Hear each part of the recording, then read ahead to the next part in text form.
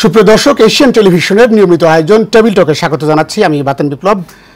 বরাবর মতোই আজকে আমরা প্রাসঙ্গিক বিষয়ে আলোচনা করার জন্য তিনজন অতিথিকে আমন্ত্রণ জানিয়েছি। আমরা শুরুতেই পরিচয় হয়ে নিই তাদের সাথে। আমার ডান পাশে রয়েছেন জনাব হায়দার আহমেদ এফসিএ, সাবেক সিনিয়র সহসভাপতি, Dhaka chamber of commerce and industry. আপনাকে স্বাগত।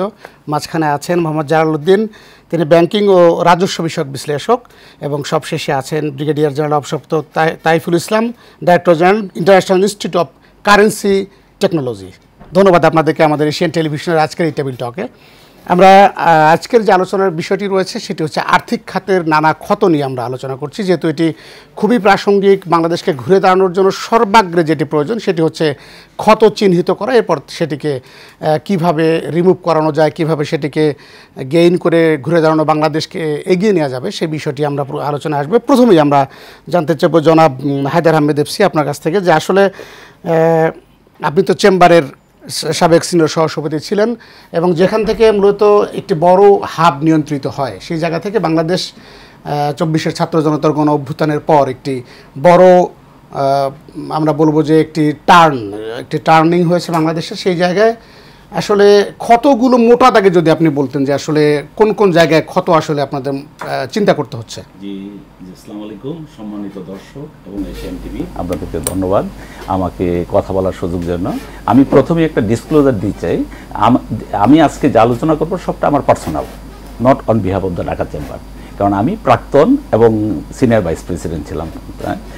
এনিওয়ে, তা পার্সোনালি যেহেতু আমি একজন চার্টার্ড অ্যাকাউন্টেন্ট, ব্যবসার সাথে জড়িত আছি 1990 সাল থেকে। আমি সরকারি চাকরি করতাম, 9 বছর মিনিস্ট্রি অফ ফাইন্যান্স এবং টিএনটি বোর্ডে ছিলাম।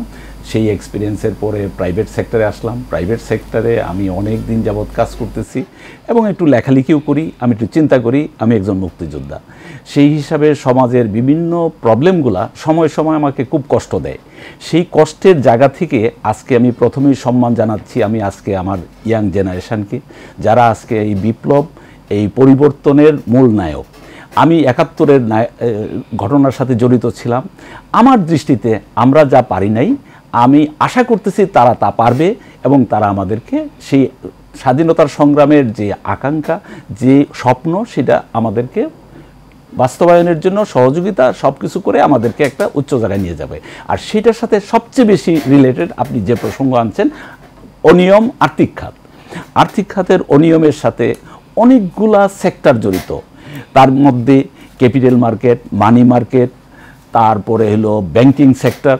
এইগুলা ব্যবসায়ী সম্প্রদায় ব্যবসা করেন, ব্যবসায়ীরা সেই ব্যবসার সাথে রিলেটেড ব্যাংক, রিলেটেড গভর্নমেন্টের fiscal policy, related stock market, very related. এই সেক্টরটায় গত 15 বছরে সরি টু সে আমার কেন জানি মনে হচ্ছে কোথাও জানি একটা দুর্বলতা ছিল। এই দুর্বলতার জন্য আমাদের ব্যবসায়ীরা, যেমন প্রথমে আমি বলি, এর ভিতরে একটা সবচেয়ে, আমি অনেকগুলা ফিসকাল ল বলছি, ফিসকাল ল এর ভিতরে একটা আছে ভ্যাট আইন। ব্যবসায়ীরা প্রচুর সমস্যার সম্মুখীন ভ্যাট আইনের জন্য। ভ্যাট আইনটা বাংলাদেশের জন্য আমার দৃষ্টিতে 1%ও অ্যাপ্লিকেবল না। সেই আইনটা বর্তমান বাংলাদেশে ব্যবসায়ীরা ফেস করতেছে, এবং প্রচুর পেনাল্টি। আমি বাংলাদেশে থাকি, আমি বাংলাদেশের আইন মানতেই হবে।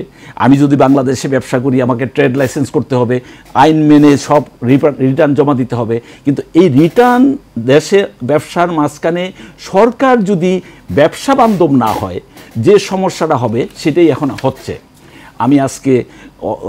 আমি এই গভর্নমেন্টের কাছে আমি বিনীত আর্জি রাখবো ভ্যাট আইনটাকে রিভিউ করার জন্য। রেভিনিউ দরকার, not at the cost of our business. কারণ আমি উদাহরণ দিই, আমি অতি সম্মানের সাথে আমি আজকে কয়েকজনের নাম উল্লেখ করতে চাই। Doctor Yunus, doctor Salahuddin, doctor Wahiduddin Mahmud and doctor Hasan Mansur. এই 4 জন অসম্ভবভাবে আন্তর্জাতিকভাবে স্বীকৃত একটা পজিশনে ওনারা আছেন। ওনাদের কাছে আমাদের অসম্ভব আশা ভরসা যে ওনারা সুন্দরভাবে করবেন।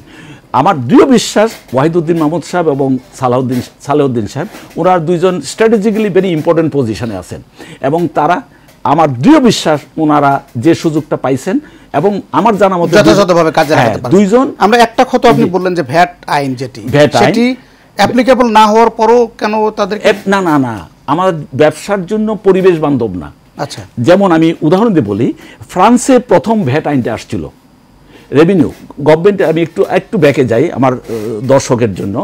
গভর্নমেন্টের রেভিনিউ এক্সচেকার যে রেভিনিউ কালেকশন, এটা হয় দুইভাবে, একটা ডাইরেক্ট আর একটা ইনডাইরেক্ট। ডাইরেক্ট হলো income tax, very much transparent সারা ওয়ার্ল্ডে, ভেরি মাচ। আমি কত বেতন পাই, আমি কত ইনকাম করি, তারা ডিটেক্ট করবে, তার উপর ট্যাক্স হবে, ভেরি মাচ রিলেটেড। কিন্তু ভ্যাট আইনটা হলো ইনডাইরেক্ট ট্যাক্সের একটা পার্ট। বিভিন্ন দেশে বিভিন্ন রকম আছে। ইনডাইরেক্ট ট্যাক্সের জন্য গভর্নমেন্টের প্রয়োজন আছে ইনডাইরেক্ট ট্যাক্সটাকে অ্যাপ্লাই করা। ইনডাইরেক্ট ট্যাক্সের ভিতরে একটা হলো ভ্যাট, আর একটা হলো জিএসটি, যেটা আপনারা অনেকেই জানেন কাস্টম ডিউটি ছিল আগে। তো এই ইনডাইরেক্ট ট্যাক্সের যে ভ্যাট, এইটা একটা আইনের দৃষ্টিতে অসম্ভব সুন্দর একটা আইন, কিন্তু হইতে হবে ফ্রম প্রোডাকশান টু কনজামশান, এই স্টেজে যে লেনদেনগুলো হয় প্রত্যেকটা ট্রান্সপারেন্ট হইতে হবে। যদি ট্রান্সপারেন্ট হয় নো প্রবলেম। আমার এই ইকোনমি, আমাদের মতো ইকোনমি, যে ইকোনমি ডেভেলপিং ইকোনমি, আমাদের ব্যবসায়ীরা যেখানে নিজে কিনে নিজে ব্যবসা করে নিজে হিসাব রাখে, সে আবার ভ্যাট আইনের হিসাব। ভ্যাট আইনের আমি একটা উদাহরণ দিই, একটা লেজার আছে 38টা কলাম, এক লেজারে 38টা ইনফরমেশন রাখতে হবে। এইরকম অনেক আছে, 16-17টা প্রচুর কলাম আছে। আপনার হলো যদি আপনি ব্যবসা করেন, আইনটা ভেরি কনফ্লিক্টিং। দেখেন 60 লাখ টাকা, 50 বা 60 লাখ টাকা, সরি ফিগারটা আমি 60 লাখ টাকা যদি আপনার অ্যানুয়াল টার্ন ওভার হয়, গভর্নমেন্টের কথা অনুসারে তারা বলবে যে আপনার ভ্যাট দিতে হবে না। কিন্তু আবার 47টা আইটেম যদি আপনার বিক্রি হয়, তাহলে অবশ্যই ভ্যাটের রিটার্ন দিতে হবে। এখন আসেন, আপনি এই যে 60 লাখ টাকা আমার হিসাব রাখতে পারি না, আমি হায়দার আহমদ খান, বাড়ি নেত্রকোনা, আমি ঢাকায় আসলাম, ব্যবসা করলাম, নিলাম, আমি হিসাব রাখতে পারি না। একজন কাস্টমসের একজন ভ্যাটের একজন অফিসার আসলেন আমার হিসাবটা নেওয়ার জন্য, ভেরি মাচ আইনের দৃষ্টিতে আমাকে হিসাব রাখতে হবে, কিন্তু আমার তো ক্যাপাসিটি নাই। এখন উনি এসে যখন জিজ্ঞেস করবে, হায়দার সাহেব আপনার এই মাসে কত টার্ন ওভার, আমি বললাম যে 30 লাখ টাকা, উনি কি বিশ্বাস করবেন? কেন বিশ্বাস করবেন না? ওনারও তো একটা জবাব দিতে আছে, ওনাকেও তো বসের কাছে গিয়ে হিসাব দিতে হবে। এই যে পরিবেশটা, এটা কিন্তু ভ্যাটের একটা কনফ্লিক্টিং। ধন্যবাদ জনাব হায়দার আহমেদ। আপনার কাছে আবার আসবো আমরা। আমরা বিশ্লেষণ একটু পরে যাবো। ডক্টর মোহাম্মদ জালালউদ্দিন, আপনার কাছে একটু আমরা পরে আসতে চাই। আমরা প্রথমে international institute of currency technology, আমরা এই যে একটা ক্ষত আমরা দেখলাম যে এখানে একটা সমন্বয়ের অভাব রয়েছে, এবং যেহেতু অধিকাংশ ব্যবসায়ী আমি বলবো স্বশিক্ষিত, কেউ আবার শিক্ষিত আছে, সে সংখ্যাটা অনেক কম।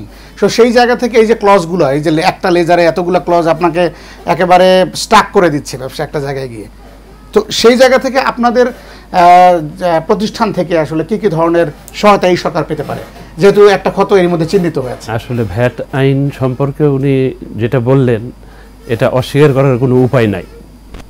বাট এই ভ্যাটের আধুনিকীকরণ যেভাবে শুরু হয়েছিল, যেটা অবশ্য কন্টিনিউ করছে না, এটা যদি ঠিকঠাক মতো করা যেত তাহলে এই অসুবিধাগুলো অনেকটা দূর হতো। এই যে টার্নওভারের একটা প্রিন্সিপাল আছে যেটার উপরে ভ্যাট নির্ধারণ করা হয়, ওটা একটা অনেকে মনে করে এটা জাস্টিফাইড না, আইন অনুযায়ী কভার করে না, but it is convenient for the businessman. আবার অনেকে মনে করে ইট ইজ জাস্টিফাইড। বিজনেসম্যানরা এটা কি অনুভব করতে পারে যে তাদের জন্য কনভেনিয়েন্ট এটা? হ্যাঁ, আমি একজন সাধারণ দোকানদার, আমার বছরে যে যত টাকা টার্নওভার হবে সেই হিসাব করে কাস্টমসের একজন লোক এসে নির্ধারণ করে দেয় আমার ভ্যাটটা কত হবে। আমি লেজার মেইনটেইন করা ছাড়াই, যেটা বর্তমানে চালু আছে, কিন্তু এই পদ্ধতিটা কি সঠিক? মানে এভাবে এগুতে থাকলে আমরা না, এই পদ্ধতিতে এটা আইনগতভাবে সঠিক না। আইনগতভাবে উনি যেটা বলেছেন, আপনাকে লেজার মেইনটেইন করতে হবে, করে হিসাব রেখে তার উপরে আপনি দেবেন। আপনার কম বেশি হলে হয় আপনার লস হবে, না হয় লাভ হবে। বাট এখানে মাঝখানে একটা মধ্যস্বত্বভোগী তৈরি হয়ে যায়, যারা অ্যাসেস করে তাদের একটা সুযোগ থাকে কম বেশি করার, যেটা আমাদের জন্য আসলেই গ্রহণযোগ্য না। এটা এমনভাবে করতে হবে যাতে ওই দুর্নীতিটা না হতে পারে। ধন্যবাদ আপনাদের জনাব ডক্টর মোহাম্মদ জালালউদ্দিন। আপনি ব্যাংকিং বিশ্লেষক, এবং আপনাকে আমরা যে বিষয়টি নিয়ে চাই, বাংলাদেশের সব থেকে টক অফ দ্য কান্ট্রি এখন 18 লক্ষ কোটি টাকা পাচার এবং লুণ্ঠন বিভিন্নভাবে, এই যে লুটপাটের যে একটা সংস্কৃতি থেকে বেরিয়ে আসার জন্য 24-এর গণঅভ্যুত্থানের শিক্ষার্থীদের এই যে আত্মত্যাগ এবং আজকের বাংলাদেশ, ঘুরে দাঁড়ানো বাংলাদেশে এই লুণ্ঠিত সম্পদ উদ্ধারের কি হবে? বিসমিল্লাহির রহমানির রহিম। ধন্যবাদ এশিয়ান টিভির কলাকৌশলীদেরকে, ধন্যবাদ জানাচ্ছি এই টেবিল টকে যে সমস্ত শ্রোতা ভাই বোনেরা, দর্শক ভাই বোনেরা দেখছেন তাদেরকে আমার সালাম জানিয়ে। এবং আসলে এই টেবিল টক অনুষ্ঠান এবং বিভিন্ন টেলিভিশনে আমি অনেকবারই গিয়েছি এর আগে, কিন্তু স্বাধীনভাবে কথা বলতে পারি নাই। আচ্ছা, এটা একটা ক্ষত, একটা বড় ক্ষত। ক্ষত মানে কি, আমি নাম বলবো না, একটা টিভি অনুষ্ঠানে আমার সাথে বিগত সরকারের একজন অর্থ প্রতিমন্ত্রী ছিলেন, ওনার সাথে এই বলতে গিয়ে কিছু ন্যায় বাস্তব কথা বলছিলাম। পরে আমাকে সরাসরি, আমি যখন টিভি থেকে নামে গাড়িতে উঠছি তখন আমাকে কিন্তু হুমকি দেওয়া হয়েছে। হুমকি পর্যন্ত দেওয়া হয়েছে টক শোতে এসে? না, এটা নিচে আমি যখন গাড়িতে মানে পরে, ওই তো মূল কারণ তো ওখানে কথা বলা, কেন আমি বলো যে কথাবার্তা হিসেব করে কথা বলবেন, যাই হোক ওগুলো বলাও যায় না। সুতরাং যাদের এই রক্তের বিনিময়ে, জীবনের বিনিময়ে আজকে স্বাধীনভাবে নির্দ্বিধায় নির্বিঘ্নে কথা বলতে পারতেছি, সেই ছাত্র জনতা যারা শহীদ হয়েছেন যাদের রক্তের বিনিময়ে, তাদেরকে আমি তাদের আত্মার মাগফিরাত কামনা করছি। আর যারা এখনও পঙ্গুত্ব বরণ করেছে তাদের প্রতি সমবেদনা। এখনও যারা হাসপাতালে আছেন চিকিৎসাধীন, তাদের দ্রুত রোগের আরোগ্য কামনা করে আমি আপনার প্রশ্নের জবাব দিতে চাচ্ছি। ধন্যবাদ। আসলে আজকে হঠাৎ করে কল দিয়েছেন এশিয়ান টিভি থেকে যে ব্যাংকিং সেক্টরে বা রাজস্ব খাতে, মানে আর্থিক খাতে ক্ষত বিক্ষত নিয়ে আলোচনা হবে। তাহলে আমি প্রথম বলতে, আমি যেটা আর্থিক খাতের ক্ষত এবং বিক্ষত, তা আর্থিক খাতটা সম্পর্কে আমি সংক্ষেপে বলতে চাই। সংক্ষেপে, আর্থিক খাত হলো দুইটা সেক্টর, একটা হলো মানি মার্কেট, একটা হলো ক্যাপিটাল মার্কেট। মোটামুটি দুইটা নিয়েই কিন্তু আর্থিক খাতটা। এই দুইটা সেক্টরের ভিতরে কিভাবে বিগত দিনে লুটপাট হয়েছে ওটা আইডেন্টিফাই না করলে, আমি যদি এক রোগের ডায়াগনোসিস না করি, তারপরে যদি আমি মলম দেই, ট্রিটমেন্ট দেই, সেই রোগ কি সারবে না? তা আমাকে তো ট্রিটমেন্টে যেতে হবে আর্থিক খাতে, যাদের কারণে, যেই কারণে, কি কারণে এগুলি এই অঘটন, দুর্ঘটন, চুরি চামারি, লুণ্ঠন, ডাকাতিগুলি হয়েছে সেগুলো নির্ধারণ করা, অবশ্যই কারা করছে তাদের নির্ধারণ করা। সুতরাং ওগুলো নির্ধারণ করতে পারলে সে অনুযায়ী ট্রিটমেন্ট দিলে আমি বিশ্বাস করি, যেহেতু আমি এই ব্যাংকিং সেক্টর এবং রাজস্ব সেক্টরে গত 38 বছর আমার জীবনটা কাটিয়ে এসেছি, আমার জীবনে অনেক বিজনেস করার সুযোগ আমি পেয়েছিলাম। আমি অ্যাকচুয়ালি এই ব্যাংকিং রাজস্বের বাইরে কোনো ব্যবসা আমি করি নাই। আমি সেক্টর হলো আমার হলো ফর্জারি ডিটেকশন অ্যান্ড প্রিভেনশন। তাহলে তো খুবই প্রাসঙ্গিক। শুধু এই পয়েন্টের বাইরে আমি কোনো কথা, কোনো ব্যবসা করি নাই। Forgery detection and prevention. সুতরাং আমি নিজ যতটুকু বুঝি, বিগত দিনে যারা এই মানি মার্কেটের দায়িত্ব ছিলেন, ক্যাপিটাল মার্কেটের দায়িত্ব ছিলেন, তাদের উদাসীনতা আমি বলবো না, যদি বলি যে তাদের দায়িত্বের অবহেলা আমি বলবো না, আমি যদি আরেকটু শক্ত করে বলি, যেটা বলা আমার মতন ঠিক না, তাদের কারণেই এই মানি মার্কেট লুট হয়েছে এবং ক্যাপিটাল মার্কেট লুট হয়েছে। ক্যাপিটাল মানি মার্কেট কি, ব্যাংক থেকে কমার্শিয়াল ব্যাংক, সরকারি ব্যাংকগুলো দেখবেন, ব্যাংকগুলিতে জনতা ব্যাংক, সোনালী ব্যাংক, অগ্রণী ব্যাংক, সরকারি যে সমস্ত ব্যাংকগুলি আছে কিভাবে লুটপাট করেছে। এত সহজে লুটপাট করা যায় না, যায় না। মানে একটু আমরা জানতে চাই, যাকে দায়িত্ব দেওয়া হয়, মানুষ যখন কোনো একটা প্রয়োজনে ব্যাংকে যায়, লোন বা কোনো একটা কাজে যখন তাকে টাকার প্রয়োজন হয়, তখন অনেকগুলো ক্লজ কিন্তু সামনে দাঁড়ানো, অনেক বাধা। কিন্তু এইটা হায়ার লেভেলে, একেবারে উঁচু লেভেলে গিয়ে তখন এত সহজ হয় কিভাবে? একটু মানে বিষয়টা একটু বলতেন। না, এটা তো সহজ না, কাছে আসবো অবশ্যই না, এটা তো সহজ না। এখন আমাকে দায়িত্ব দেওয়া হয়েছে পাহারা দেওয়ার জন্য, অনেক যদি আমি পাহারা না দিয়া চোরকে সহযোগিতা করে, তাহলে তো ইজি চুরি করা। যারা দায়িত্বে ছিলেন। এটা কি এভাবে চলতে থাকবে নাকি মানি মার্কেটে বন্ধ হবে? মানি মার্কেটের অ্যাকচুয়ালি মেইন পাহারাদার যিনি হলেন তিনি হলেন বাংলাদেশ ব্যাংকের গভর্নর এবং তার সহকর্মীরা। এবং বাংলাদেশ ব্যাংকের গভর্নর যারা বিগত দিনে ছিলেন, সম্মানের সাথে বলতে চাই যে তারা ছিলেন মেরুদণ্ডহীন। ওনারা চোরকে সহযোগিতা করেছেন।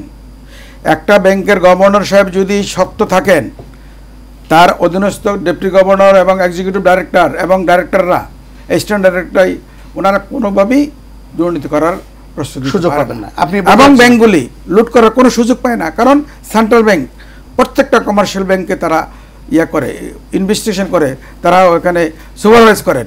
যদি সুপারভাইজ যদি স্ট্রংলি করে সেন্ট্রাল ব্যাংক, কোনো ব্যাংক চুরি করতে পারে না। আমি আরও পাশাপাশি বলতে চাই আরেকটা জিনিস, যে ব্যাংকিং সেক্টরে একটা বোর্ড আছে, একজন চেয়ারম্যান থাকেন। এখন যদু মধুরে যদি চেয়ারম্যান বানাতে হবে না, আর বোর্ডে যদি রাখতে হবে কি যারা ওই সেক্টরে অভিজ্ঞ এবং প্রফেশনাল, তাদের দিয়ে যদি বোর্ড গঠন করা হয়। এখন কিন্তু বিভিন্ন ব্যাংকের আমরা দেখতেছি বোর্ড ব্যাংকে ফেলে নতুন নতুন বোর্ড দেওয়া হচ্ছে।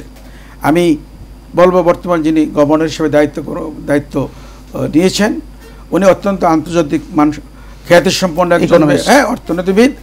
উনি IMF-এ কাজ করেছেন, উনি অর্থনৈতিক নিয়ে রিসার্চ প্রতিষ্ঠানের কাজ করেছেন, এবং ওনার কথাই বোঝা যাচ্ছে অ্যাকচুয়ালি সূর্যের সকালবেলায় দেখলে বোঝা যায় কেমন যাবে। উনি আইসে কিন্তু একটা কথা বলছেন, মর্নিং শোজ দ্য ডে। হ্যাঁ, মর্নিং শোজ দ্য ডেজ। উনি আইসে কিন্তু বলছেন একটা কথা, যেটা মানে সত্যি করে সেলিউট যায় ওনাকে পাওয়ার মতো। জনাব হায়দার আহমেদ, টাকা চুরি করেছেন, লুণ্ঠন করেছেন, তাদের ঘুমাইতে দেব না। আপনি সংক্ষেপে একটু বলতে চেয়েছিলেন যে আসলে এত সহজ। আমি যেটা প্রশ্নটা করেছি, আমি ওই ভাই যে কথা বলতেছিলেন তার ভিতরে আমার মাথায় একটা পয়েন্ট আসছিল, সেটা আমি সাপ্লিমেন্ট করতে চাচ্ছিলাম ওনার সাথে একমত হয়ে। ব্যাংকিং সেক্টরের করাপশনের সাথে উনি যেটা বললেন, বাংলাদেশ ব্যাংকের মনিটরিংটা এক সাংঘাতিকভাবে ক্লোজলি রিলেটেড। সেই জায়গায় একটা ল্যাপসেসেই অনেক সাহায্য করে অনেক খারাপ কাজের জন্য। যেমন উদাহরণ দিই, একটা ব্রাঞ্চের ক্যাশের কিন্তু লিমিট আছে, ইন্স্যুরেন্স কাভারেজ আছে। সেই লিমিট ইন্স্যুরেন্স ট্রানজ্যাকশানগুলো প্রতিদিন বাংলাদেশ ব্যাংক মনিটর করে। আমি একটা উদাহরণ দিই, মনে করেন শেরাটন ব্রাঞ্চের সোনালী ব্যাংকে হলমার্কের যে ট্রানজ্যাকশানগুলো হয়েছিল, আই এম শিওর যে হাজার হাজার কোটি টাকা লেনদেনের মাধ্যমে যে ট্রানজ্যাকশানগুলোর মাধ্যমে এই ইরেগুলারিটিসটা, সেটা অবশ্যই ওই দিনের মানে ওই সোনালী ব্যাংকের লিমিট এক্সিড করা। তাহলে ওই সময় ওনারা এটা দেখেন নাই কেন? প্রতিদিন মনিটর করেন নাই কেন? ঘটনা যখন ঘটে গেছে 3 মাস 6 মাস 5 মাস 2 বছর পরে ওনারা ফট করে একটা কেসের স্টার্ট করলেন। তার মানে চোর পালিয়ে যাওয়ার পরে ওনারা সতর্ক হয়েছেন। একই সাথে আমি আরেকটা উদাহরণ দিতে চাই। উনি ভাই একটা ক্যাপিটাল মার্কেট বলছেন, ক্যাপিটাল মার্কেটেও সেম 2096 সাল এবং 2010 সালে দুইটা কেলেঙ্কারি হলো। কেলেঙ্কারিগুলো হয় কিভাবে? ট্রেডিং করে কারা? মেম্বার হাউসে যে ট্রেডিং হয় সেটা সিকিউরিটি এক্সচেঞ্জ কমিশন তাদের কন্ট্রোল রুম থেকে প্রতি মুহূর্তে দেখতে পারে। এক্স হাউস, তার হাউসে কি কি শেয়ার কত দ্রুত সেল হচ্ছে। এখন একটা কোম্পানির শেয়ার প্রাইস আজকে খুব সিক কোম্পানি, সেই কোম্পানি আমি উদাহরণ দিয়ে বলছি, সিক কোম্পানি, সেইটার প্রচুর লেনদেন হচ্ছে। তখন যদি সিকিউরিটি এক্সচেঞ্জ কমিশন থেকে টেলিফোন করে বলে যে মিস্টার হায়দার, তোমার হাউসে এক্স কোম্পানির শেয়ারটা এত লেনদেন হচ্ছে, কারণ কি একটু দেখো, তখন স্বাভাবিকভাবেই আমি প্রশ্ন করব আমার ট্রেডারকে, যে ট্রেডারের মাধ্যমে যে ইনভেস্টার, তাকে আমি বলবো যে তুই দেখো, সাবধান, এটা কেন হচ্ছে, কোনো কারণ কি। তার সেই ইচ্ছা, যে কেউ যে কোনো শেয়ার কিনতে পারে, এই স্বাধীনতা আছে। কিন্তু ক্যাপিটাল মার্কেটে এই যে ইন হাউস যে রিউমারগুলো থাকে, যে রিউমারের মাধ্যমে জেনারেল ইনভেস্টার, স্মল ইনভেস্টার, তাদেরকে ফাঁদে পালানো হয়। ফাঁদে পড়ে কিভাবে পড়ে? একটা শেয়ার প্রচুর লোক কিনতেছে, আচ্ছা ঠিক আছে আমিও কিনি, ওখানে একটা গ্যাম্বলিং আছে। যারা গেমলার তারা খ্যাট করে তাদের শেয়ারটা একটা সার্টেন টাইমে বিক্রি করে দেয়, আর জেনারেল ইনভেস্টার, স্মল ইনভেস্টার ফাঁদে পড়ে যায়, তখন বিক্রি করতে পারে না, বায়ার থাকে না।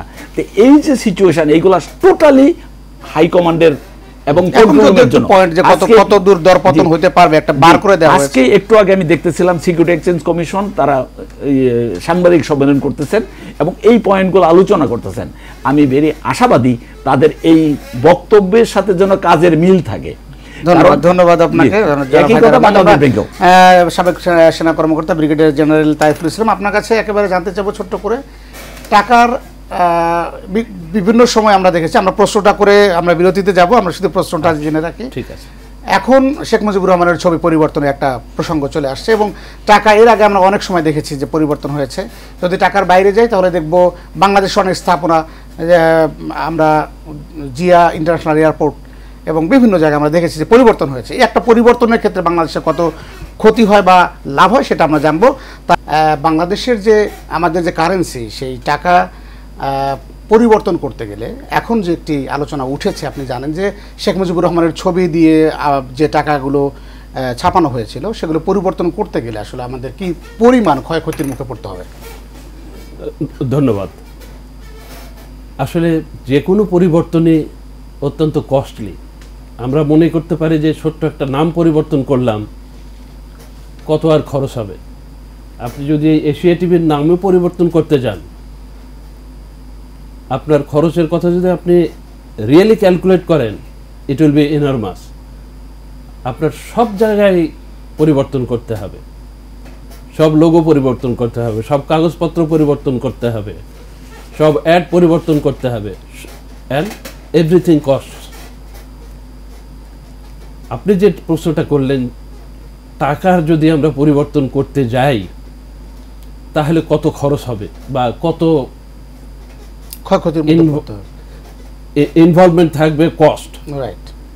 আমরা যদি আমাদের আন্তর্জাতিক বিমানবন্দরের নামের কথাই ধরি, আপনারা নিশ্চয়ই বিভিন্ন মিডিয়াতে, প্রিন্ট মিডিয়া, ইলেকট্রনিক মিডিয়াতে দেখেছেন, জিয়া আন্তর্জাতিক বিমানবন্দর থেকে হযরত শাহজালাল আন্তর্জাতিক বিমানবন্দরের নাম পরিবর্তন করতে মোটামুটিভাবে 1000 বা 1200 কোটি টাকা খরচ হয়েছিল। Big amount. সে সময় আমরা গণমাধ্যমের রিপোর্ট আসলে আমাদের মতো দেশের জন্য একটা বড় অ্যামাউন্ট। টাকার ব্যাপার যেটা, টাকা কিন্তু যখন রাজা সম্রাট পরিবর্তন হয়, যুগে যুগে আসার পরে তাদের নিজের কারেন্সি সবাই ইন্ট্রোডিউস করেছে, কিন্তু সেটা বহাল রেখে, আগেরটা বহাল রেখে। আগের জামানায় এটা বহাল থাকতো না, কিন্তু বর্তমান জামানায় বা মডার্ন যুগে টাকা বা ব্যাংক নোট যখন পরিবর্তন হয়, বর্তমানে যে সমস্ত ব্যাংক নোট চালু আছে সেটা তার লাইফ সাইকেল যতদিন থাকে সে পর্যন্ত এটা বলবৎ থাকে। তারপর এটা ধীরে ধীরে উইথড্র করা হয়। উইথড্র করার সিস্টেম, ব্যাংকে যখন টাকা জমা হয় ওটা সেন্ট্রাল ব্যাংকে চলে যায়, সেন্ট্রাল ব্যাংক আর ওইটা রিইস্যু করে না। নতুন টাকা যখন ইস্যু করবে তখন নতুন যে টাকা ছাপাবে সেটা তারা মার্কেটে ছাড়বে। আপনি ইংল্যান্ডের কথাই ধরেন, রানীর যুগ শেষ হয়ে গেছে, এখন রাজা এসেছে। গত জুন মাস থেকে নতুন যে টাকা প্রিন্ট হচ্ছে এটা কিন্তু রাজার ছবি দিয়ে প্রিন্ট হচ্ছে এবং এটা ক্লিয়ারলি বলে দেওয়া হয়েছে এতদিন যে টাকাগুলো আছে সেগুলো চলতে থাকবে, যে পাউন্ড নোট আছে এগুলো চলতে থাকবে till it has finished is life cycle. চমৎকার, ধন্যবাদ আপনাকে। আমরা ডক্টর মোহাম্মদ জালালউদ্দিন, আপনি এই ব্যাংকিং এবং রাজস্ব বিষয়ে আপনার যে বিশ্লেষণ, দীর্ঘদিনের যে অভিজ্ঞতা, আমরা আলোচনাটি শুনছি যে আসলে পরিবর্তন হবে। আসলে এটা কি এত আমরা যত ইজিলি বলতে পারছি, কিন্তু পরিবর্তন হওয়ার ক্ষেত্রে আমাদের কি কি লসের মুখে পড়তে হচ্ছে, বা এটা কেন করা হয়েছিল? এটা কি মানে একজন ব্যক্তি সার্বজনীনভাবে, রাষ্ট্রীয়ভাবে যদি স্বীকৃত না হয় তার ছবি কেন ব্যবহার করা হয়? কেন রাষ্ট্রীয় ইতিহাস ঐতিহ্য যেটা আগের মতো ছিল সেই জায়গা থেকে পরিবর্তন করা হয়েছে? এটিও একটি প্রশ্ন। ধন্যবাদ আপনাকে, এবং প্রশ্নটা সময় উপযোগী। আসলে টাকাতে যে ছবি বা পোর্ট্রেট থাকে এটা পৃথিবীর, এটা ম্যান্ডেটরি না, যেটা থাকতেই হবে। এটা একটা প্রচলন বিভিন্ন দেশে, অধিকাংশ দেশে এটা ইউজ করে। এবং টাকাতে বহু পৃথিবীতে টাকা আছে যেখানে কিন্তু ওই দেশের রাজার বা বাদশার কারো ছবি নেই, ছবি নেই। যেহেতু আমি গত 38 বছর আমি এই টাকা নিয়েই কাজ করেছি, টাকা মুদ্রণ করতে গেলে যে ফ্যাক্টরি, টাকশাল বানান, হ্যাঁ, টাকশাল মেনটেনেন্স করা, টাকা তৈরি করতে যে র মেটেরিয়ালস লাগা, ডিজাইন, অরিজিনাল, এবং টাকাকে জাল থেকে রক্ষা করার জন্য যে সিকিউরিটি ফিচার, যে টেকনোলজি, এগুলি নিয়ে আমি গত 38 বছর কাজ করেছি। হ্যাঁ, তবে টাকা সম্বন্ধে বলতে গেলে আমার একটা কথা বলতেই হয়, টাকা কয় প্রকার। টাকা হলো 3 ধরনের টাকা। একটা হলো অরিজিনাল টাকা, যেটা আসল টাকা, যেটা সেন্ট্রাল ব্যাংক বা সরকার মাধ্যমে যেটা মার্কেটে আসে, এটা হলো আসল টাকা। আর এই টাকাটাকে আবার অনেকে কপি করতে চায়, নকল করতে চায়, হ্যাঁ, এটাকে আমরা বলি জাল টাকা। হ্যাঁ, আরেকটা হলো কিন্তু জাল টাকা বলতে জাল টাকার ভিতরে একটা আবার শ্রেণীভাগ আছে, যে টাকাটা মানে ম্যানুয়ালভাবে করে বোঝা যায় মানে এটা জাল।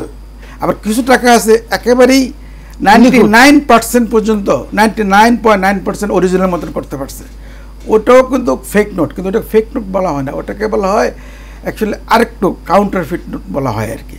কাউন্টারফিট। হ্যাঁ, আরেকটা নোট আছে যেটা 100%ই অ্যাকচুয়ালি কিন্তু অরিজিনাল নোটের মতন, সব কিছুই, সব বৈশিষ্ট্য গুণাবলী অরিজিনাল নোটের মতন, কিন্তু নোটটা যথাযথ কর্তৃপক্ষের মাধ্যমে মার্কেটে আসে নাই, আসছে ইলিগেল ওয়েতে মার্কেটে ঢুকছে।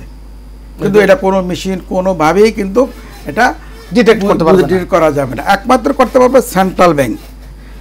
তাদের কিছু একটা থাকে, ফিচার থাকে, যেটাকে সেন্ট্রাল ব্যাংক ফিচার। সেটা এক অত্যন্ত গোপনীয় একটা জিনিস থাকে, এই সেন্ট্রাল ব্যাংক ফিচার। তারা অ্যানালাইসিসের মাধ্যমে ওটাকে বাইর করতে পারবে এটা আসলে এটা কি সুপার নোট না আমাদের অরিজিনাল নোট। এটা কি হুবাহুব যেটা বলা হয়, যেটা বলা হয় সেটা কিন্তু সুপার নোট বলা হয়। ওটা কিন্তু not counterfeit note, not fake note, ওটাকে বলা হয় সুপার নোট। সুতরাং এই নোট সম্পর্কে আমার না বললে আমি ওই ব্যাখ্যাটা দিতে পারবো না।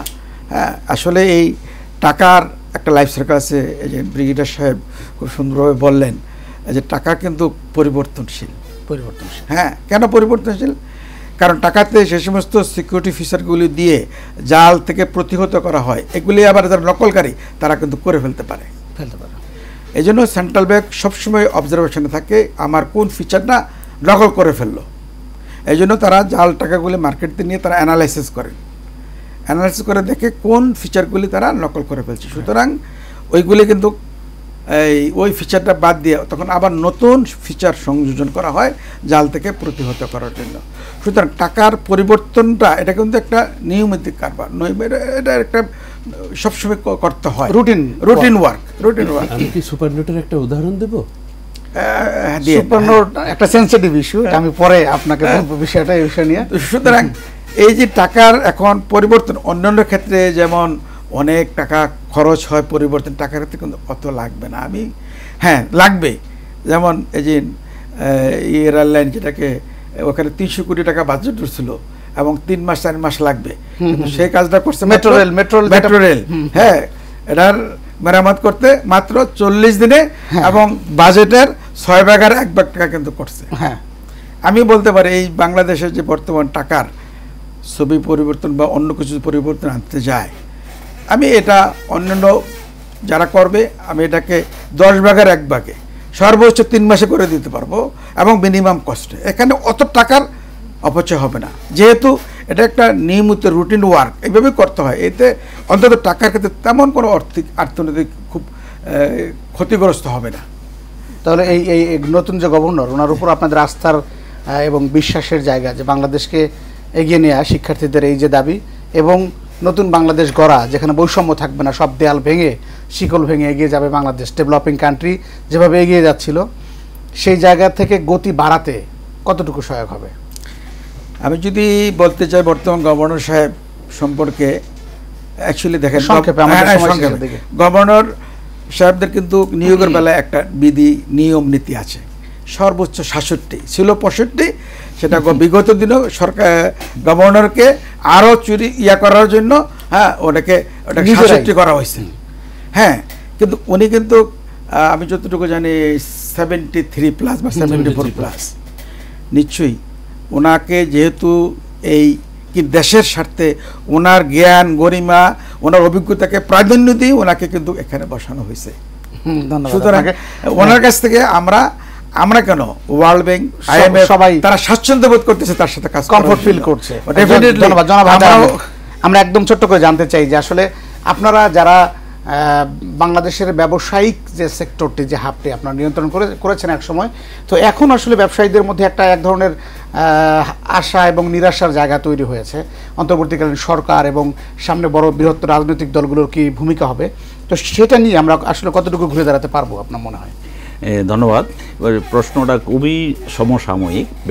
এই মুহূর্তে বাংলাদেশের ব্যবসায়ীরা চরমভাবে একটা ট্রানজিশন পিরিয়ড পার করছে। ট্রানজিশন পিরিয়ডটা সবসময় costly, keep it in mind. যেটা বিপ্লবের ভাষায় বলা হয় প্রসব বেদনা। মানে প্রসবের পরে আমরা একটা নতুন বাচ্চা পাবো, নতুন মানুষ পাবো, নতুন একটা নিষ্পাপ একটা সন্তান পাবো। সেম কেস এই বিজনেসে আমরাও এখন এই মুহূর্তে যে ট্রানজিশন পিরিয়ড চলতেছে, এটা চ্যালেঞ্জিং একটা সিচুয়েশন। গার্মেন্ট সেক্টরে আপনার এই যে দেখেন, আজকেই গভর্নমেন্টের একটা ডিসিশন হয়েছে আগস্ট মাসের বেতন দেওয়ার জন্য লোন দিবে। তার মানে কি, বিজনেস হাউসগুলা এই ওয়ার্কিং ক্যাপিটাল এবং বিজনেস রিলেটেড প্রবলেমে আছে বলেই গভর্নমেন্ট এই সাপোর্টটা দিচ্ছে। এই সাপোর্টটা বিকজ অফ ট্রানজিশন পিরিয়ড। এই যে বিপ্লব এবং আদার থিংসের, এটার সাথে আমি আরেকটা শব্দ অ্যাড করব, সেটা ইরেগুলারিটিস। গত 15 বছরে খুব ফেয়ার বিজনেস হয় নাই কিন্তু আমার দৃষ্টিতে। I may be wrong. মানে বিজনেসের সিচুয়েশনটা ছিল কোথায় জানি একটা কন্ট্রোল ম্যানেজমেন্ট মানেই তো হলো কুক্ষিগত বলতে পারি আমরা। হ্যাঁ, কুক্ষিগত। যেমন আমি একটা উদাহরণ দিয়ে বলি, একটা সিম্পল উদাহরণ দিই, সেটা হলো যাত্রাবাড়ির যে আমাদের হানিফ ফ্লাইওভার। এইটাও ওয়ার্ল্ডের ভিতরে কস্টলিয়েস্ট ফ্লাইওভার। কেন? বাংলাদেশের মতো ইকোনমিতে। তার মানে কি, এটা ব্যবসায়ীরা করে নাই? অবশ্যই ব্যবসায়ী করছে। কোন ব্যবসায়ী? Not fair business, that was done by manage by somebody else. এবং এই টাইপের অ্যাক্টিভিটিজের জন্য ওভারঅল বিজনেস সাফার করছে। বিজনেসম্যান কিন্তু সব খারাপ না, আর বিজনেসম্যানের ভিতরে 2-4টা সবসময়ই থাকে সুযোগ সন্ধানী। এই তারা যখন পেট্রোনাইজ হয়, তারা যখন সরকারের ব্লেসিংসে থাকে, তাদের এগেনস্টে যখন কোনো কথা বলা যায় না, তখন কিন্তু সাধারণ ব্যবসায়ীরা ক্ষতিগ্রস্ত হয়। টেন্ডার বলেন, কম্পিটিশন বলেন, সব জায়গায় একটা কম্পিটিশনে তারা ফেল করার প্রেক্ষিতে ইরেগুলারিটিটা আরো বেড়ে যায়। মানে কি, বুকে হাত দিয়ে তারা খারাপ কাজ করে, সবার সামনে খারাপ কাজ করে। এই একটা সিচুয়েশন কিন্তু গত 15 বছরে প্রিভিল করতে ওপেন সিক্রেট অনেক হয়ে গেছিল। এইটার জন্যই সাধারণ ব্যবসায়ীরা সাফার করছে। আর এই সাফার করার জন্য এখন যে ট্রানজিশন, আমি খুব হ্যাপি, আমি খুব আশাবাদী। গতকালকেই নিউজ ছিল, নিউজের লিড নিউজ, যে দুদক কম্বিং অপারেশনে যাচ্ছে। This is a very positive sign. কিন্তু এই যে স্টার্ট হবে, আমি এইখানে একটা অ্যাড করতে চাই, with due respect to doctor Yunus. এটা বোধহয় 96-97 সালের দিকে দুদক একটা সেমিনার করছিল, সেই ট্রুথ কমিশন ছিল তখন সম্ভবত, মেবি। আচ্ছা, তারা একটা সেমিনার করছিল। সেমিনারে মেইন পেপারটা প্রেজেন্ট করছিলেন ডক্টর ইউনূস। পেপারের টাইটেলটা ছিল, আমি যদি দুদকের চেয়ারম্যান হইতাম। Very interesting. এটা আমার কালেকশনে আছে। আমি আজকে উনাকে আমি উইথ ডিউ রেসপেক্ট, আজকে উনি ক্ষমতায় আছেন বাংলাদেশে, আমি উনার আসপেক্টটাই উনার সামনে তুলে ধরতে চাই। সেটা হলো, উনি বলছিলেন 20% এফোর্ট দিব আমি এরিয়ার, 20% এফোর্ট দিব আমি টুডে, অ্যান্ড 60% এফোর্ট দিব আমি ফিউচারের জন্য। মানে আমাকে সামনের দিকে আগাইতে হবে। আমি যে কথাটা আমি আমার ওয়াইফকেও বলি, যে তুমি বিচারের দিকে সময় নষ্ট করো না। কাজের মেয়ে অন্যায় করছে, তাকে তুমি পানিশমেন্টের জন্য সময় নষ্ট করবা, this is a wastage of your time. Better to improve her. তাহলে আগামী দিনটা ওই প্রসঙ্গেই ডক্টর ইউনূসকে আমি সালাম দিয়ে বলতে চাই, আমি আজকে ওনাকে মনে করার দরকার নাই, উনি যথেষ্ট জ্ঞানী এবং যথেষ্ট উনি সাকসেসফুল একজন এন্টারপ্রেনিউর বলবো। কারণ গ্রামীণ ব্যাংকের মতো, গ্রামীণ গ্রুপের মতো যে এতগুলা হাউস উনি ম্যানেজ করছেন একজন ব্যক্তি, উনি অবশ্যই সাকসেসফুল। কিন্তু বাংলাদেশের আইনের জন্য হয়তো বা উনি খুব সাফার করছেন। কিন্তু ব্যক্তিগতভাবে উনি যেহেতু ওনার কাছে আমার অ্যাপ্রোচ, 20% এফোর্ট দেন আপনি এরিয়ার, 20% এফোর্ট দেন আজকে, আর বাকি 60% future। তাহলে বিজনেসম্যানরা এই ট্রানজিশন আমরা পিরিয়ডে ভালো থাকবে। আর একটু বিরতিতে যাবো, তবে আমরা আশা করব যে প্রধান উপদেষ্টার দৃষ্টিগোচর হোক আপনার এই যে পরিকল্পনা এবং ধরে রাখা। আমরা ডক্টর মোহাম্মদ জালালউদ্দিন আপনার কাছ থেকে জানতে চাইবো একেবারে বিরতির আগে, শুধু প্রশ্নটা করে আমরা বিরতিতে যাব। আমরা প্রশ্নটা যেটি রাখতে চাই, লুণ্ঠিত যে অর্থ এগুলো ফেরত আনার কোনো ওয়ে আউট বাংলাদেশের অন্তর্বর্তীকালীন সরকার বের করতে পারবে কিনা, তারা চেষ্টা, আমরা যৌথ অভিযানের কথা উনি বললেন, এবং এই যে অর্থগুলো আসলে পাচার হয়েছে। টেবিল টকে আবারও স্বাগত, সঙ্গে আছে বাতেন বিপ্লব। প্রিয় দর্শক, আমরা ছিলাম এতক্ষণ ডক্টর মোহাম্মদ জামালউদ্দিন, আপনি ব্যাংকিং এবং রাজস্ব বিশ্লেষণ দীর্ঘদিন করেছেন। আমরা জেনেছি যে আপনি ফরজারি এবং ডিটেকশনের খুবই গুরুত্বপূর্ণ বিষয়গুলো আপনি দেখতেন। আমরা এই যে লুণ্ঠিত যে অর্থ, যে এটি বাংলাদেশ থেকে চলে গেছে অবৈধ উপায়ে, বা অনেকে যারা এখনও দেশে অবস্থান করছেন তাদের কাছেও কিন্তু লুণ্ঠিত অর্থের অনেক অর্থ রয়ে গেছে। আমরা বলতে পারছি না ক্লিয়ারলি যে সবই কি দেশে বাইরে চলে গেছে নাকি এখনও দেশে আছে, কারণ অনেক কালো টাকা সাদা করার সুযোগ যেহেতু বন্ধ হয়ে গেছে, অনেকের বাসায় গচ্ছিত থাকে। আমরা জানি যে অনেকে বাসায় ভল্ট পাওয়া গেছে, ওই যে এনু ওরফে এনামুর যাত্রাবাড়ি সাদাবাদের ওইদিকে, সেখানে দেখছি 5 কোটি টাকা, 10 কোটি টাকা, 15 কোটি টাকার মতো উদ্ধার হচ্ছে একসময়। এগুলো লুণ্ঠনী, এগুলো আসলে এখন উদ্ধার করার ওয়ে আউটটা কী হতে পারে? ধন্যবাদ আপনাকে। আপনার প্রশ্নটা ছিল এই লুণ্ঠিত অর্থ উদ্যোগ নেওয়া যেতে পারে কি না, উদ্ধার করা যাবে কি না। আসলে এই উদ্যোগ না, অলরেডি পদক্ষেপ আমাদের বর্তমান সরকার প্রধান doctor Mohammad Yunus sir already নিয়ে নিয়েছেন। উনি, আমি দেখেছি বিভিন্ন দেশের রাষ্ট্রদূতকে ডেকে ওনাদের সাথে পরামর্শ করতেছেন কীভাবে সহযোগিতা, ওনারাও যেমন ইউকে, সুইজারল্যান্ড, ওনারা বলছেন এই অর্থ উদ্ধারে ওনারা সহযোগিতা করবেন। এবং এটা অসম্ভবের কিছু না, টাকা উদ্ধার করা কোনো কিছু না। যদি দেশের ভিতরে যেগুলি থাকে এগুলি ছোট্ট একটা ব্যাপারে পদক্ষেপ নিলেই টাকাগুলি কিন্তু উদ্ধার হয়ে যাবে। যেমন যদি এখন 1000 এবং 500 টাকা নোটগুলি যদি বলে যে এটা, যদি এটাকে বলা যে এটা আর ব্যবহার করা যাবে না, বা টাইম দিয়ে চলবে যে 1 মাসের ভিতরে এই টাকাগুলি ব্যাংকে জমা না দিলে এগুলি আর চলবে না, তখন দেখবেন আর ভিতরে টাকা তো আর থাকতেছে না, থাকবে না। আর বাইরে যেগুলো নিয়ে গেছে, বাইরে তো প্রচুর টাকাই গেছে। অ্যাকচুয়ালি ক্লিয়ারলি দেখা গেছে গত 15 বছরে প্রচুর পরিমাণ টাকা চলে গেছে। সেখানে যে হাজার হাজার কোটি টাকা চলে গেছে, সেগুলিকে কিছু তো ব্যাংকে রাখছে, কিছু সম্পদ কিনছে, অর্থ কিনছে, কিন্তু কারা নিছে টাকাগুলি? এসালাম বাংলাদেশি, উনি পাসপোর্ট সারেন্ডার করা, উনি অন্য দেশের পাসপোর্ট নিছেন 2 বছর আগে, কিন্তু উনি তো এখনও তো ওনার সব কিছু বাংলাদেশে রয়ে গেছে। মাননীয় নতুন গভর্নর সাহেব আহসান সাহেব যেই একটা হুমকি দিয়েছেন যে ঘুমাইতে দেওয়া হবে না, ওনার সম্পত্তি কেউ কিনতেও পারবে না, এটা ওনার সম্পত্তি কিনতে পারবে না, আর যারা লুটপাট করছেন এদের ঘুমাইতে দেবেন না। ওনার এই আওয়াজ, ওনার এইটা শুনেন। যখন শাহজালাল রাদিয়াল্লাহু তাআলার সাথে ওই তৎকালীন কি ওনার না হিন্দু ইয়ার সাথে যুদ্ধ হয়েছিল, তখন হযরত শাহজালাল যে সৈন্যরা শুধু আল্লাহু আকবার একটা ধ্বনি দিছিল, এবং ওই রাজা কি রামনার হিন্দুর ওনাদের সৈন্যদের অন্ডকোষ পর্যন্ত ক্ষয়ে পড়ে গেছিল। তো এই দিন গভর্নর সাহেবের যে তাদের ঘুমাইতে দেব না, এটা কিন্তু ঠিকই, যারা লুটফাট করছে তাদের কিন্তু অন্ডকোষ এখন আর অন্ডকোষ জায়গায় নাই। টাকা উদ্ধার করা কোনো কঠিন ব্যাপার না, কারণ এরা বাংলাদেশি, এদের গোড়া বাংলাদেশে, তাদের অর্থ সম্পদ, তাদের সব কিছু রয়ে গেছে বাংলাদেশে। এদেরকে ঠিক মতন ধরলে টাকা উদ্ধার করা একেবারে সহজ। এছাড়াও যদি আন্তর্জাতিক বহুত প্রতিষ্ঠান আছে, হ্যাঁ, যারা স্টার, আমি আগেও 2-1টা টেলিভিশনে টক শোতে বলছি, StAR stolen asset recovery organisation, আন্তর্জাতিক, এটা হলো জাতিসংঘের একটা প্রতিষ্ঠান, একটা ওয়ে। সুতরাং তাদের সাহায্য নেওয়া যাবে, নিয়ে ইজিলি বিদেশ থেকে টাকাগুলি রিকভারি করা যাবে। আগে আইডেন্টিফাই কারা নিছে, কোথায় নিছে, এবং এগুলি রিকভার করা, তাকে দায়িত্ব দেওয়া যেতে পারে। আমি মনে অত দেওয়া দরকার নাই। যিনি সরকার প্রধান ডক্টর ইউনূস স্যার, উনি এনাফ, ওনার যে লিঙ্ক সারা ওয়ার্ল্ড ওয়াইড আছেন, উনি এই টাকা উদ্ধার করা এটা কোনো ব্যাপারই। আর ওনার যে সৈনিক গভর্নর মনসুর সাহেব আছেন ইজিলি, এবং ওনার যে অর্থ উপদেষ্টা সাহেব আছেন সালাউদ্দিন সাহেব, এরা এইসব লাইনে একেবারেই অত্যন্ত অভিজ্ঞ এবং সৎ নিষ্ঠা। ডক্টর সালাউদ্দিন আহমেদ, হ্যাঁ, উনি সুনামের সহিত তার সময়টা পার করেছেন। ধন্যবাদ আপনাকে। আমরা দুঃখিত একটি বিষয় আপনি হযরত শাহজালাল রহমতুল্লাহ আলাইহির বিষয়ে বলেছেন, এবং সিলেটেই কিন্তু বিচারপতি শামসুদ্দিন চৌধুরী মানিক ওনার অন্ডকোষে কিন্তু আঘাতপ্রাপ্ত হয়েছেন। সরি এই বিষয়টি উত্থাপন করার জন্য। জনাব তাইফুল ইসলাম, আপনি বলছিলেন যে আসলে সুপার নোট এটি একটি পক করেছিলেন আপনি, আমি এটা জানতে চাইবো, এটি আপনি ব্যাখ্যা করবেন প্রথমে, এবং পরবর্তীতে এই যে জাল টাকা এটি আসলে বাজারে সয়লাভ হলে সুপার নোট খুবই সেন্সিটিভ, আমি তখন বলেছিলাম এটি ডিটেক্ট করাও যেমন টাফ, তেমনি বাজারে এটি যদি ছড়িয়ে যায় তাহলে রাষ্ট্রের জন্য ক্ষতি কিনা। সুপার নোট হচ্ছে ওই নোট যেটা আপনি আপনার যে ইনস্ট্রুমেন্ট আছে, যে জ্ঞান বুদ্ধি আছে, এটা দিয়ে আপনি আসল নোটের থেকে আলাদা করতে পারবেন না।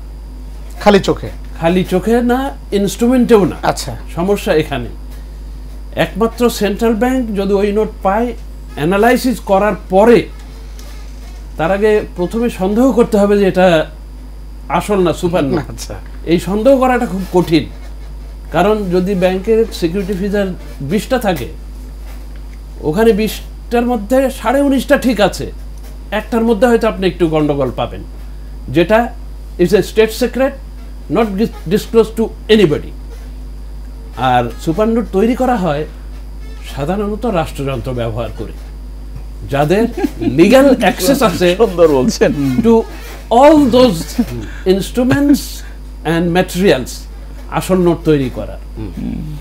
1990 সনে ইউএসএ $100 নোটটা নতুন করে ছাপা শুরু করে, কারণ হচ্ছে super note.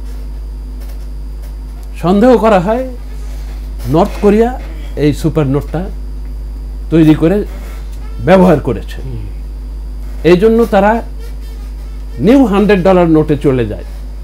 But world wide ডলারের যে সার্কুলেশন আছে, তারা কিন্তু ওইটাকে ডিসকন্টিনিউ করতে পারে না, ওগুলো চলতেই থাকে, বাধ্যতামূলকভাবে কন্টিনিউ করতে হবে। পুরনোগুলো তারা যেটা পেয়েছে ধীরে ধীরে তারা নিয়ে রেখেছে। এইটাই হচ্ছে সুপার নোটের। ধন্যবাদ। আমরা একেবারে শেষ পর্যায়ে চলে আসছে জনাব তাইফুল ইসলাম, আপনি অনেক গুরুত্বপূর্ণ আলোচনা করছেন। আমরা একেবারে শেষ পর্যায়ে আসছি। আমরা জনাব হায়দার আহমেদ, আপনার কাছে জানতে চাইব সবশেষ, আপনি বলছিলেন যে যখন ডক্টর মোহাম্মদ জালালউদ্দিন উনি বলছিলেন যে বাংলাদেশের আসলে যারা স্টেক মূলত, যেমন আপনি বলছিলেন যে যারা অডিট করবেন বিভিন্ন জায়গায়, বাংলাদেশ ব্যাংকে সেন্ট্রাল ব্যাংক যখন এই মনিটরিংটা করে তার জন্য আলাদা একটি বোর্ড থাকে, সেই বোর্ডের সবার সিদ্ধান্তেই নিশ্চয়ই এই লোনগুলো পাস হয় বা এই বড় বড় যে আর্থিক যে বন্টনগুলো হয় সেগুলো হয়। তো সেই জায়গায় আসলে লাগাম টানতে আমাদের কি করা উচিত এখন আসলে একেবারে সংক্ষেপে? ধন্যবাদ। আমাদের বেসিক্যালি আমাদের স্ট্রাকচারের যে মাথাটা, সেখানেই প্রবলেম সব ক্ষেত্রেই, সরকার থেকে আরম্ভ করে same case with commercial bank. Commercial ব্যাংকের এখন তো মাথা কেটে ফেলা যাবে না, তাই তো বলছি। আমি কিন্তু আবার এখানে একটা শব্দ অ্যাড করতে চাই, আমার personal opinion. Business entrepreneurship is a very vital একটা ইন্টার রিলেটেড শব্দ। আমি বিজনেস করতে পারি, আমি দুইটা পয়েন্ট আমি সরকারের সাথে দ্বিমত পোষণ করি। একটা হলো লিমিটেড কোম্পানির ম্যানেজিং ডাইরেক্টর 5 বছর পর চেঞ্জ করা লাগে, একসাথে আবার ব্যাংকের ডাইরেক্টর হিসেবে ফ্যামিলি মেম্বারদেরকে লিমিটেশন দেওয়া আছে। I am not that type, এইটার সাথে আমি একমত না। আমি একমত হইলো, আমার মেইন স্ট্রেস হইলো ট্রান্সপারেন্সি নিয়ে। আমি যে কাজটা করব এটা যদি ট্রান্সপারেন্ট হয়, তাহলে আমার ছেলে, আমার মেয়ে, আমার শ্বশুর তারা ডাইরেক্টর হইলে নো প্রবলেম। প্রবলেমটা হলো ট্রান্সপারেন্সি। আমরা কি করতেছি? মাথা কাটতেছি। মাথা কাইটে আমরা ইমপ্রুভমেন্টের চেষ্টা করি। একটা ব্যক্তির রিপ্লেসমেন্ট হয় না। আমি যেমন মনে করেন লিস্টেড কোম্পানি, সারা ওয়ার্ল্ডে লিস্টেড কোম্পানির এমডি ইজ এ অ্যাসেট। যদি কোনো কোম্পানির এমডি চেঞ্জ হয়ে যায়, খুব ইফিশিয়েন্ট একজন এমডি থাকেন, ওই এমডির জন্য কোম্পানির বিজনেস ভালো করবে, এটা সাধারণ পাবলিকের ধারণা। সেই ধারণার জায়গায় যদি কোনো কারণে ওই এমডি চেঞ্জ হয়, তাহলে কিন্তু ওই শেয়ার প্রাইস ফল করে সাধারণ ইনভেস্টাররা। মানে কি? একটা ব্যক্তির ইম্পর্টেন্স। আমাকে ওই জায়গাটাকে অ্যাটেনশন দিতে হবে, ট্রান্সপারেন্সিটাকে ট্রান্সপারেন্ট করতে হবে। ধন্যবাদ আপনাকে। আমার ব্যাংকিং সেক্টরেও সেম কেস, ব্যাংকিং সেক্টরের যে বোর্ড আছে সেই বোর্ডের অ্যাক্টিভিটিসটা ট্রান্সপারেন্ট করতে হবে। বোর্ড বদল করাতে সমস্যার সমাধান মানে মাথা ব্যথা হলে মাথা কেটে না ফেলে না, ওটাকে ট্রিটমেন্ট করতে হবে। ট্রিটমেন্ট ধন্যবাদ করতে হবে। Doctor Mohammad Jalaluddin. জনাব ডক্টর মোহাম্মদ জালালউদ্দিন, আপনি একেবারে সংক্ষেপে 30 সেকেন্ডে আপনি একটু বলবেন যে এই মুহূর্তে আসলে অন্তর্বর্তী সরকারের সব থেকে কোন পদক্ষেপটি আপনার কাছে ভালো লেগেছে ক্ষত সারাতে ব্যাংকিং খাতের? ব্যাংকিং খাতে সবচেয়ে প্রথম ভালো লেগেছেন যে যোগ্য লোকদেরকে যথাযথ জায়গায় বসাইছেন। যেমন ডক্টর সালাউদ্দিন স্যারকে ওনাকে অর্থ ফাইন্যান্সের দায়িত্ব দিয়েছেন, ডক্টর আহসান এস মনসুর সাহেবকে গভর্নর হিসেবে দায়িত্ব দিয়েছেন। এই দুইজন লোকের যে এই যে ওনাদেরকে যথাযথ মানে জায়গা মতন ওনাদেরকে যে বসাইছেন, এবং এটা হলো সবচেয়ে আমার কাছে খুব ভালো লেগেছে। ধন্যবাদ আপনাকে। আমরা ভালো লাগা নিয়ে শেষ করতে চাই। ধন্যবাদ আপনাকে। ব্রিগেডিয়ার জেনারেল অবসরপ্রাপ্ত তাইফুল ইসলাম, আপনাকে অসংখ্য ধন্যবাদ। ডক্টর মোহাম্মদ জালালউদ্দিন, আপনাকে আমাদের এই স্টুডিওতে আসার জন্য ধন্যবাদ। জনাব হায়দার আহমেদ FCA, ধন্যবাদ। আমাদের সাথে যারা এতক্ষণ ছিলেন সবাইকে ধন্যবাদ জানিয়ে শেষ করছি আজকের এশিয়ান টেলিভিশনের টক শো। আগামীকাল একই সময়ে দেখার আমন্ত্রণ জানাচ্ছি। আল্লাহ হাফেজ।